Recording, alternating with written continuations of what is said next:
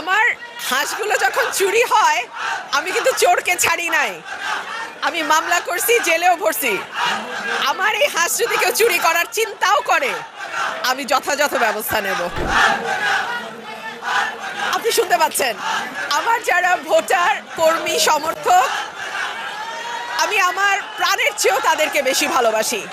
আজকে আমাকে এই পর্যন্ত তারা নিয়ে এসছে, তাদের ভালোবাসা নিয়ে এসছে।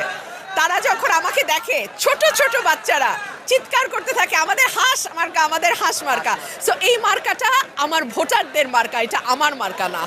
আপা, আপনি একটা নির্বাচনী উঠান বৈঠকে অভিযোগ করেছিলেন আপনার হাঁস প্রতীকটা চুরি হয়েছিল, আপনার বাড়ি হাঁস।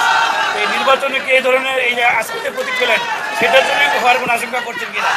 আমার হাঁসগুলো যখন চুরি হয় আমি কিন্তু চোরকে ছাড়ি নাই, আমি মামলা করছি, জেলেও ভরছি। আমার এই হাঁস যদি কেউ চুরি করার চিন্তাও করে আমি যথাযথ ব্যবস্থা নেব। ধন্যবাদ আপা। ভোটারদের উদ্দেশ্যে কোনো কথা আছে কিনা, আপনার কোনো বক্তব্য আছেন ভোটারদের উদ্দেশ্যে?